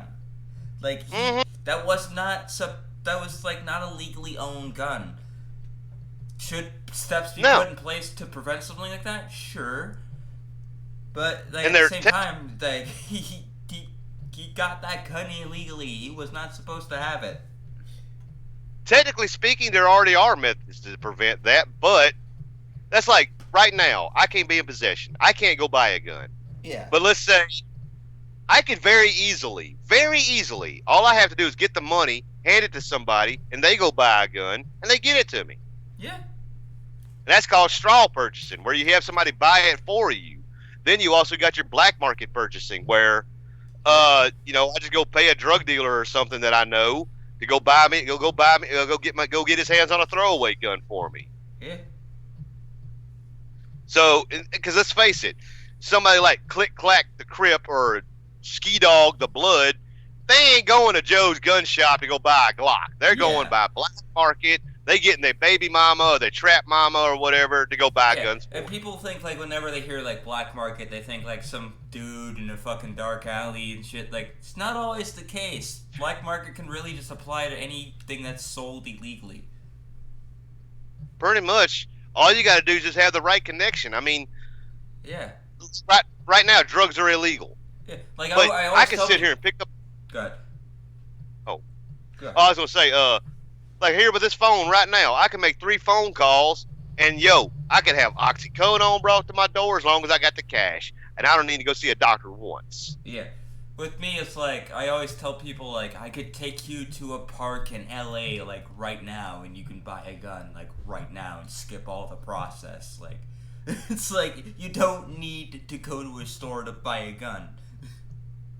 You avoid the paperwork, no background check, nothing. Just if you get caught with it, you're going to probably be in deep shit, but I mean, you got to get first. Yeah. Like, if you're one of those people where you have, like, already have, like, a criminal background, I imagine if you didn't, they probably wouldn't do too much. I don't know. Like I said, I'm not an expert in law, but yeah. I mean, if you don't have a criminal history before that, I don't think they care too much. I think that's just simple protest. Yeah. If I didn't have this criminal charge on my record, oh shit, my trailer would be full of damn guns. Yeah. And it ain't because I'm some crazy bastard who's planning to overthrow the government or because I'm prepping for the zombie apocalypse or something. Oh, yeah. It's just because of the fact this neighborhood and this city that I live in ain't all that safe, and I'd like to have a gun in every room. So what room I'm in, I'm only 3 feet or more, or 3 feet or less away from a firearm. Yeah, no, I don't blame you on that one. Like I said, I'm not even I'm not like the biggest fan of guns. Like I'm not someone who like has like a gun on every corner of his fucking house or nothing, but it'd be good to have just in case.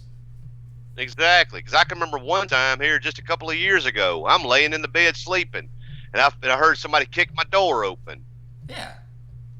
I mean, I'm laying there good and asleep and everything, and I heard somebody kick my door, and I didn't know what the hell it was, because like I say, I was just waking up like, what the hell is that noise? Yeah. Then I heard a second kick, and my door came open, and I was like, oh shit. So I jump up out of the bed, I grab a Bowie knife in one hand and a goddamn mop handle in the other. I come running out into the living room, and I see some dude standing at the bottom of my steps coming up to my trailer door. He sees me, he takes off running. Oh, yeah. Of course, I can't see. You see a 6'3", 240-pound man holding a Bowie knife in one hand. Why do I keep saying butcher knife? A Bowie knife in one hand and a mop handle in the other, wearing nothing but his underwear, hollering, what the hell's going on? Oh, I'd be running too. Oh, yeah. My friend who's like a comedian, his dad's like a cop. And he has some really, really funny stories with him. Because whenever, one point, he thought someone was breaking into the house, he went over to his dad and went Dad, I think someone's trying to break in. So he pulls out the gun he has under his pillow, tears off the sheets. He's butt-ass naked, running down the halls. It's like, whatever's in that house is gonna get a good view of this man's junk before he sees the pistol in his face. Oh no shit. That's why I tell everybody if you're gonna go sweep your house at night and you think might be an intruder, it's good to have both a handgun and a flashlight. Oh yeah. It don't matter if you're naked. Just like it's like you're in your house. I don't think it matters. No, that's the reason why I tell have a flashlight as well. Because one, you can. Have you ever heard of what's called? Well, yeah. Because have you ever heard of the wall of light? Yes. Oh, good. Yeah, because you're using that light to blind people. That's puts them at an automatic disadvantage, anyways. Yeah. Number two. Yeah, because like if they can't see, they're likely just gonna give up. Yeah, because they're disoriented a little bit, anyways, and you got a big advantage on them. Yeah. And number two, it's also to help identify your target, because that way you don't accidentally shoot your kid or shoot your dog or something. Yeah. Because that's one of the biggest key things that I preach gun safety. Oh, yeah. Always identify your target before you pull the trigger, because that way. Because this kind of thing has happened where they think somebody's breaking into your house or something, and people have shot their neighbor, shot their spouse, or shot their kid. Oh, yeah. I would actually. So that's why I don't. I would like to add a couple things to it too.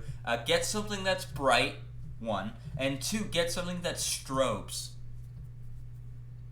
Oh yeah. Because you get something that strobes, it's gonna fuck with their eyes.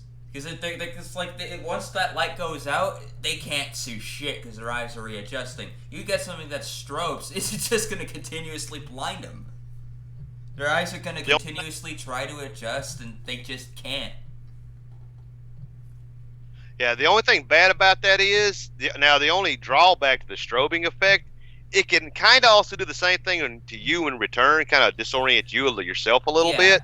Yeah, that's why you generally, like, you want to make sure who your target is before you actually, use it. Yeah. Yeah, but at the same time, you also got to be careful, because if they're breaking into your home and they're on drugs, depending on the type of drug it is, it can have the adverse effect of making them more violent. Like if they're on meth or something, and they hear that noise and they're armed, they can start blind firing. Yeah. So if you got somebody breaking into your home, you identify this person's not supposed to be there. Don't worry about verbal commands. Don't worry about any of that shit. Just start firing. Yeah. Because I can remember one time I was talking to a guy. He had somebody break into his home once, and they were hopped up on meth. They were breaking into his place. Yeah. He had his gun in his hand, trained on him. They straight told him, hollered at him one time, stop what you're doing. Don't fucking move. This guy had a gun on him. He turns, getting ready to draw it, try to shoot him. But hell, he started pumping rounds into him automatically. The guy that he shot wound up getting a couple shots off, but thankfully the homeowner didn't get hurt. Yeah. But he almost got shot himself. Yeah. Because the drugs going through your system are already making you jumpy and paranoid. Right. So it's like, but now but that's why it's always good. Like, if you're going to give a verbal command, say it one time, but have your finger on the trigger ready to go. Yeah. And if they make an aggressive action, start firing. Yeah.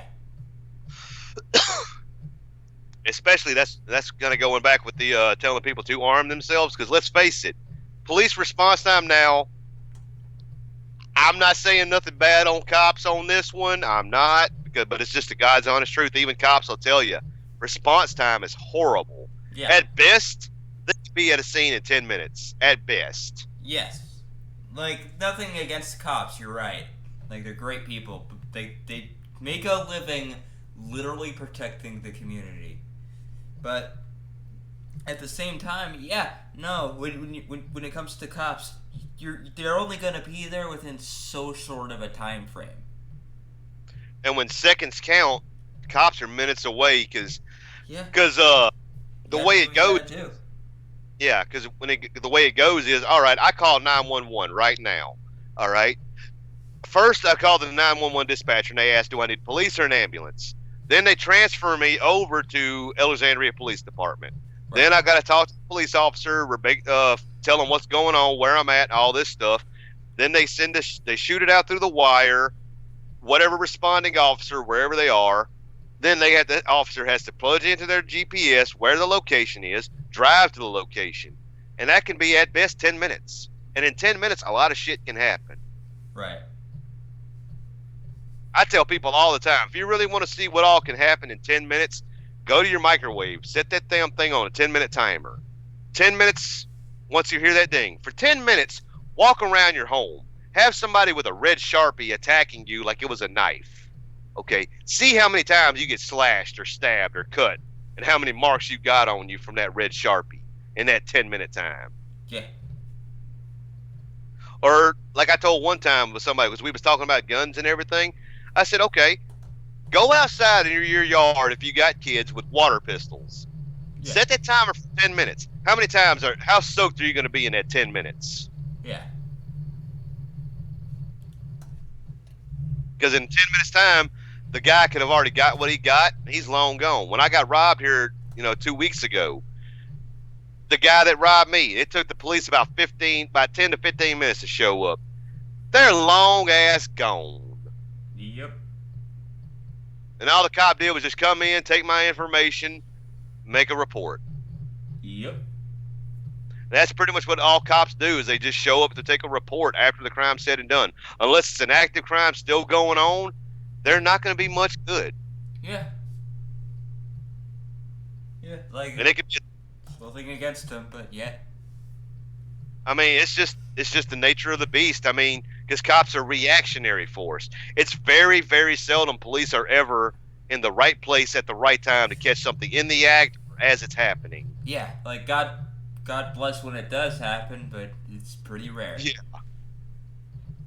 And I'm not even It's religious very- much, but yeah, God bless Yeah. at that point. Exactly, because I mean, because the guy that robbed me right there at the gas station up there, full view of the roads and everything, but there was no traffic. Nobody driving by saw what happened. Yeah. So it's like, yeah. If there would have been a passing police officer who just happened to look over and seen it, yeah, they could have done something about it if they were actually paying attention. And let's face it, when you're driving down the road, how many times are you really paying attention to what's going on off the side streets? Oh, yeah, no, I get you. Because it's, Yeah. it's just the way it is. Just think of yourself driving around, even if you're not a cop or nothing. Just driving down the street. How many times are you looking over down a side street to see what's going on? Yeah, no, fate's a funny thing. Mm-hmm. Yeah. And You're not always going to be able to control what happens. no, so that's why I tell everybody, if you can arm yourself, be armed, because you never know when something could happen. I mean, shit, just look at me being robbed. Yeah. You may not be able to stop something, but you can control where it directs. Mm-hmm. And that dude that robbed me here 2 weeks ago, like I said, if I'd have had a gun on me, I could have dropped this dude, because at one point, when I was walking toward my truck and he walks up on me, I could have easily have drawn my gun from my pocket or from my hip, held it against my stomach while he was behind me, and as soon as he said, "Give me all your money," I could have turned and dump rounds into him. Yeah. Or while he was walking around my truck after he got my wallet, because he told me to throw my wallet, so I threw my wallet away from me and everything, all that stuff. As he was walking around my truck, I could have easily just moved up to my truck, using my truck as cover, drew my gun, and popped him as soon as and popped him over the roof, or popped him when he come around the side. Yeah. There was so many. Even the cop that I talked to, the detective, when he reviewed the security footage, he straight up said, "Yeah, if you'd have had a gun on you, there was more than one opportunity you could have dropped this dude, and he would not have got away." Yeah. Or the guy that now here about 4 years ago, the street that I live on, a guy tried to rob me at gunpoint. He was on his bicycle. Now I'm walking home from work. I go up here to the gas station up the road, same gas station. I know it's weird, ain't it? Gotta do what you gotta do, man. I ain't Yeah. no judge. Yeah. No, I mean, it's just like, ain't that a bitch, getting robbed in the same area twice? Right. Shows the neighborhood I live in. Right. I'm going up here to the gas station to go get me something. The guy outside, he's trying to sell me weed, and I'm like, I don't smoke weed except for once a year, and that's it. Yeah. All right. And hell, that's not even a guarantee. Hell, I might go years without smoking. Yeah. No, I mean, me, like, I use it for back pain, and I also use oils for epilepsy, so I kind of have to. Yeah. Yeah. So I go in the gas station, buy me a couple Mountain Dews, and I'm walking home, buy me a pack of cigarettes, and I'm starting to walk home again. And the same guy on a bicycle, he rides by me on his bike and he's scoping me out now. And I'm sitting there thinking, oh shit, this motherfucker's gonna try to rob me. I already know it. He gets a little ways ahead of me, jumps off his bike, pulls a gun on me, give me everything you got right now. I was like, wow, did I call it or did I fucking call it? I just looked at him and I said, man, I ain't got shit. I took my wallet out of my pocket, opened it up right in front of him, and all he saw was nothing but receipts. And he wouldn't come no closer than 10 feet. He would not get closer than 10 feet away from me. Yeah. Now, you would think 10 feet away, oh, I should have been able to advance on him and take him down. If you've got a guy with a gun in his hand aimed at you. Yeah, no. Like, unless he's at, like, point blank, don't do anything. Because Yeah. with Now, point another. blank, you can at least, like, you can do something in a split second. But, yeah, in a situation like that, a split second is what counts. Yeah, and now if he would have been 3 feet away from me, oh yeah, that gun would have been out of his hands and in my hands, and I'd have been beating his ass or shooting him with his own damn gun. Oh yeah, But I would have 10 feet I would have taken whatever bullets were in there out, shot whatever was in the chamber, and just started beating him fucking senseless with it, and then put it back in his hand and walked away. Yeah. Though, word of warning, it's best not to use the other guy's gun for 3 reasons. One, you don't know the quality of that gun. Yeah. Because it might blow up in your hand. Hell, it might not even be loaded. You don't know. Oh yeah. Number 2, you don't know if that gun's even going to work or not, because it might. You don't know, because like I said, it goes with the quality and everything. Hell, it might not. It might just be jammed. It might not even fire if you try to pull the trigger. Yeah. And I mean, number 3, at the same time though, if they're trying to rob you with it, I'm sure they're counting on it working. sometimes, because the guy that tried to rob me back in 2007, that I beat the living dog shit out of, he didn't even have no damn bullets in the fucking gun. What a fucking dumbass. I shit you not, he didn't have one damn bullet, and all he was wanting to do was just scare me. Dude, you should have just straight up told him, like, dude, you are aware you get 5 years for how many bullets are missing in these guns, right?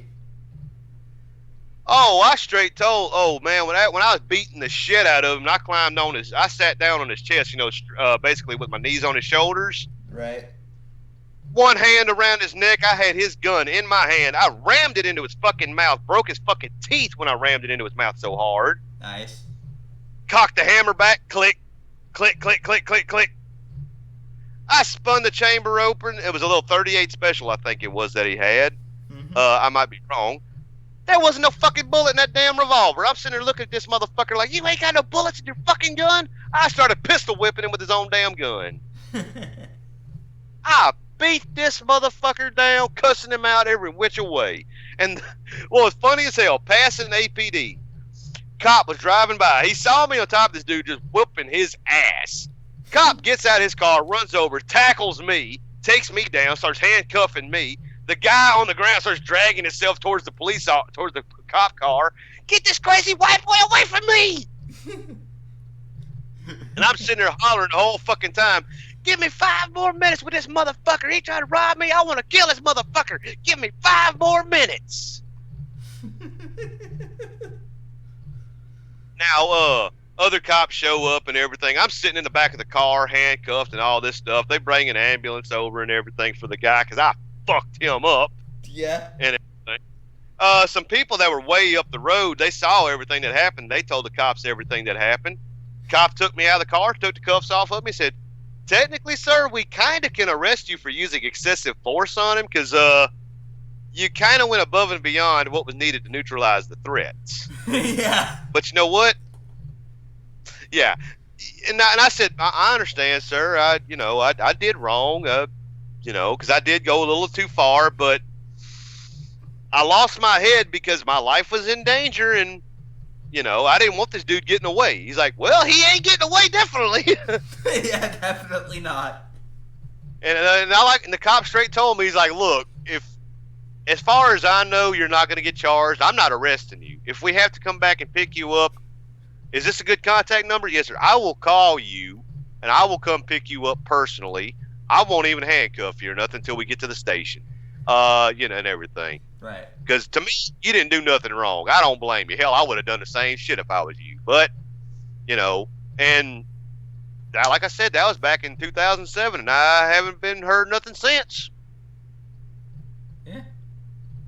Because, like the cop said, look, yeah, did I go a little overboard beating this dude's ass? Yeah, I admit it. But at the same time, do I feel shame in it? Nope. I wouldn't either. You did what you had to do to make sure the fucker wouldn't even try.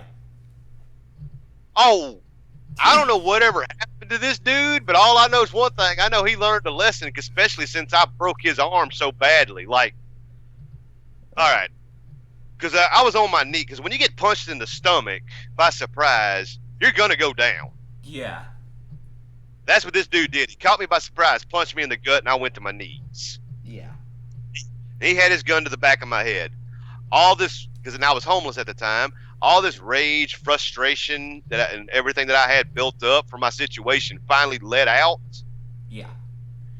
I grabbed this dude. I leaned back as fast and hard as I could to where the gun went past my head, grabbed his wrist, jumped from my knees to my feet, and then as high in the air as I could, brought his arm down, his elbow across my shoulder, snapped that motherfucking elbow like it was nothing.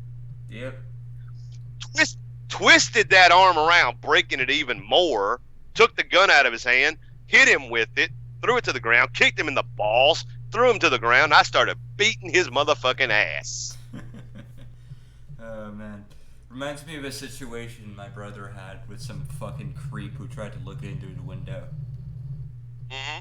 Well, my fucking sister-in-law was changing. Yeah, that's a whole fucking story and a half.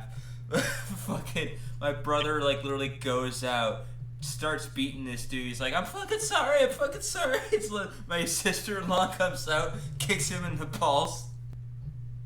As he's being wailed on by my brother. And then the cops take him away. They're like, they're like the same thing. It's like, yeah, you probably used excessive force, but, we're not going to do anything to you because you didn't even have a weapon in your hands. Shit.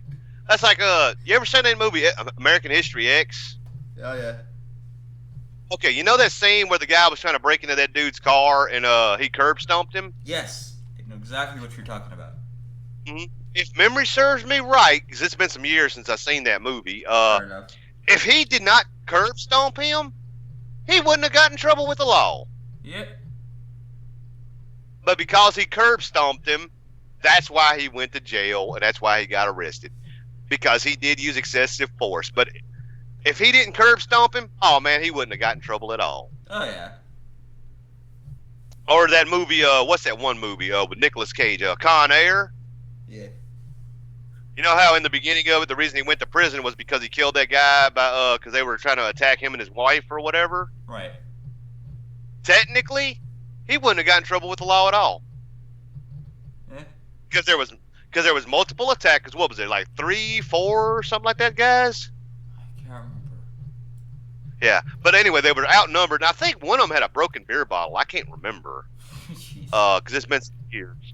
Right. But since there was multiple attackers, feared for his life and safety of not only himself, but I think his wife was pregnant at the time too. He wouldn't have gotten in trouble with the law and whatsoever. It would have been a perfectly legit kill because 1, protecting himself, 2, protecting his pregnant wife, 3, outnumbered by 3 to 1 or 4 to 1 or whatever it was. They wouldn't have gotten in trouble. Right. At all. Oh, yeah. Because lethal force is all. You can use lethal force to defend yourself if you can truly prove that your life was in danger or that you felt your life was in danger, depending on what state you're in. Yeah. Like with me, I live in the fucking hood. Like, police out here don't care if you kill another motherfucker because that ensures that the motherfucker ain't gonna come back. Yeah. Because I know here you piss someone off here, they're not going after you. They're going after your family. They're going after people close to you. Mm-hmm. And here in Louisiana, you can use lethal force to defend yourself if you, because we do have stand your ground laws. You don't have to run if you ain't got to. Yeah. If you can run, do it. But if you can't run, fuck it. Yeah. Because let's face it, there's situations where you gotta do what you gotta do. Take the chances. Yeah, Because let's face it, there's not always going to be a chance you can run because there's going to be situations you can't run. Oh yeah, there's Okay, gonna be somebody because situations. There's gonna be situations where you're just trapped by everything around you. You're gonna have to either go forward or get the shit yeah, kicked out of you. exactly. Like one person that told me when I was getting robbed at gunpoint here, well, why didn't you try running away? The motherfucker had a gun in their fucking hand aiming at me. Do you really think they're gonna let me run screaming? Yeah, Come on now, use some common sense. yeah. Oh yeah, I'm here. I am, hands in the air, screaming, running like a Grand Theft Auto character. Oh shit, he got a gun! Help! More than likely, this motherfucker's gonna pop a shot in my back while I'm running. Right. Because I mean, shit. What's the likelihood of that not happening? Yeah, exactly. Because let's face it, I'd rather not be shot. Period. You know, especially in the back if it hits my spinal cord. Next thing you know, I'm paralyzed. Yeah.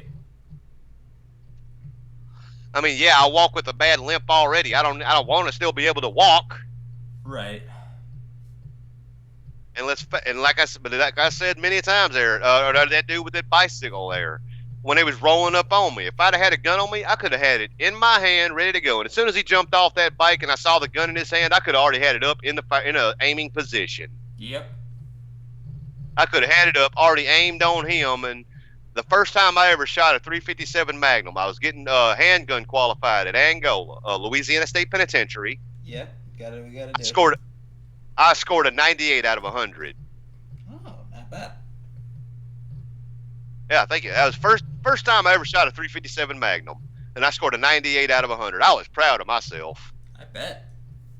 It's like shit. As speaking of Angola, if you ever get a chance, look up on YouTube a documentary called The Farm. It's all about Angola. It shows Angola and everything, what it looks like and stuff, For sure. and how it's set up. Because that's the prison I used to work at way back when. So yeah, and if I'd have had a 357 or a snub nose 38 or something on me, shit, I could have dropped these motherfuckers multiple times. Oh yeah. Because all it takes is seconds to have that gun out of the holster in your hand. Or if you can't bring the gun up and properly aim it, you can just go straight from the belly and do what's called instinct shooting. Right. And that was part of what we got trained to do was instinct shoot. Getting handgun certified. I fucked that target up instinct shooting, man. I fucked it up. Oh yeah. Oh yeah. By the way, we've been kind of at this for a little over an hour. We've been recording for over an hour at least. Shit. Let's wrap this up. Oh, sure, dude. Yeah. No problem. I was actually about to ask you there. When you wanted to call it quits and everything. I mean, I don't mind yeah. talking to you a little bit longer. Just saying, like maybe we should wrap up this combo. We've been at this for a while. Oh, no doubt, man. And I figured people probably listening, or people that would watch it probably get bored and everything. Yeah. But yeah, that's why I was asking people. Please look into U.S. Code 18922C. Look it over. Call your congressman up so that way they can still get some legislation going to change that. Because, like I said, anybody can be a victim of domestic violence, or anybody can be arrested for domestic violence. And if you are convicted of it, you're going to lose your gun rights for life. Yeah, and you don't even really have to necessarily do the crime. People get arrested for shit they don't do all the fucking time. Probably too many times, but... Yeah. You can just sit there and just get into a loud enough argument or something, and the police pick you up. Oh, there go your gun rights. Yep. Which is, like, and some bullshit. People listening at home, I may not be the biggest gun guy myself. Like, I'm more of a crossbow and a blade guy. But at the same time, like, I'm also not going to sit here and say, like, taking away someone's gun rights is okay, especially if they're not doing the fucking shit they're accused of. Like, or heck, even worse situation, you defend yourself and then you have to get them taken away. That's fucked. I don't care how you fucking try to spin that. That's fucked. Oh shit, and I'll put this message out there too. If anybody wants more information, just look me up on Facebook. Just look up John Bubba. If you see a picture of a dude wearing a white T-shirt holding a cat in his arms, that's me. Oh yeah. Just send me a message. I'll give you more information if you want to know about it. Hell, like I said, John Bubba. If you see Alexandria, Louisiana, big dude with a bald head wearing a white shirt holding a gray and striped tabby cat in his arms, well, that's me. I'll be more than happy to answer any questions you got. Yep. In regards to this, hell, I'll try to help you out as best you can to try to get this going, because hopefully people can learn from what happened to me and contact your congressman to change that shit. Because it's ridiculous that you can lose your gun rights for just defending yourself and using minimal force. Yeah. Like, judging by the situation, the way you described it to me, like, that could have went way more south. Oh, I ain't gonna lie to you. If I wanted to whip that woman's ass, I could have beat the shit out of her. Yeah. Oh, there was, like I said, I literally You're had to. trained. I mean, whenever she was pinning me up against the couch, waylaying on me, I had my fist locked, cocked, ready to rock. I was about to put it through her skull, but I held myself back and stopped myself. Right. But thank I had just enough responsibility and wherewithal to say, no, I'm not going to do this. Yeah. So yeah, guys, and most importantly, if you find yourself in a position like that, please get help. Don't stay in this situation like that. That's just one. It's toxic as hell. Two, uh, two, like it's never gonna be a situation that you're gonna be able to fix. Like, I get the whole, like, mindset of, like, oh, I could change him, or I could change her. Like, you're not going to be able to. They have to want to change themselves. That change has to come from them. If it gets to a point where you dread going home for either physical or emotional or verbal abuse or whatever, don't go home. Go somewhere else. Even if all your shit's there, you can get new shit. You can go get a police officer to go back there with you to get your shit. You know, find somewhere to go. Yeah. Talk to a buddy or something. Let them let you crash on their couch temporarily. If you got family that'll let you move back in with them, I'm as much as it sucks. If you got a good family, they'll let you come back. You know, something. Oh yeah, like, to be fair, like, I'm not exactly on the best terms with my family, but if I was in a situation like that, yeah, I'd take what I can get. You know, if it gets to a point where you just dread going home, you want to be at work more than home because you don't want to be around this person, start looking into getting elsewhere, because let's face it, it's not good. Yeah. You're just going to end up in a worse situation. You're either going to end up like me, defending yourself, and you get fucked for life. You're going to end up doing. Or you're going to end up dead. Yeah. Yeah. Either by your own hands or their hands. Yeah. You're better off just getting out of the situation by any means necessary. And I'm not trying to, like, undermine this situation or anything like that. I'm sure there's lots of reasons why you wouldn't leave, but take whatever option you can get. Please. You know, sit down. Yeah, sit down. Talk to somebody you trust and care about and everything. Talk to them. Even if you got to go talk to a complete stranger like a priest or a cop or a lawyer, firefighter, whatever, you know, somebody, therapist, whatever. Talk to somebody so they can start bouncing some options off of you and go with your best options. Yeah. So that way you can get out of a situation like that. Yeah. And that can go for anybody, man or woman. Oh yeah, and yeah, it's a hell of a risk, especially if they find out where you're staying after. But take the risk. But at least you can get the law on your side, and if you can be armed, arm yourself, because a restraining order is just a piece of paper. A restraining order don't stop somebody. Yeah, a restraining order is only going to do so much. You know, sure, they may not be allowed within X number of feet from you, but guess what? That piece of paper is not a force field. That person can still come to wherever it is they find out where you're staying and try to hurt you. Yeah. So if you can be armed, go with the most effective means possible, which is a firearm. Because let's face it, knives, you got to get too close, and there's too much of a risk of being disarmed and have the knife used on you. Yeah. And a gun means distance, and a gun means you can't get too damn close, but if you do get too close, I can drop you before you get too close. Yeah, or fuck it, get a fucking crossbow. Or go with a crossbow or a bow and arrow. Hell, Yeah. you know, shit, if you got to, you can be fucking robbed. Something you can use from a distance. Anyway, we've been at this for too long. All right, but anyhow, people just look it up and look into it, and you know, remember what we were saying here, y'all. Oh yeah, no kidding. Be safe, please. All right, y'all have a good one. Take care, people. Rock hard, mosh harder. See you in the next Right one. on.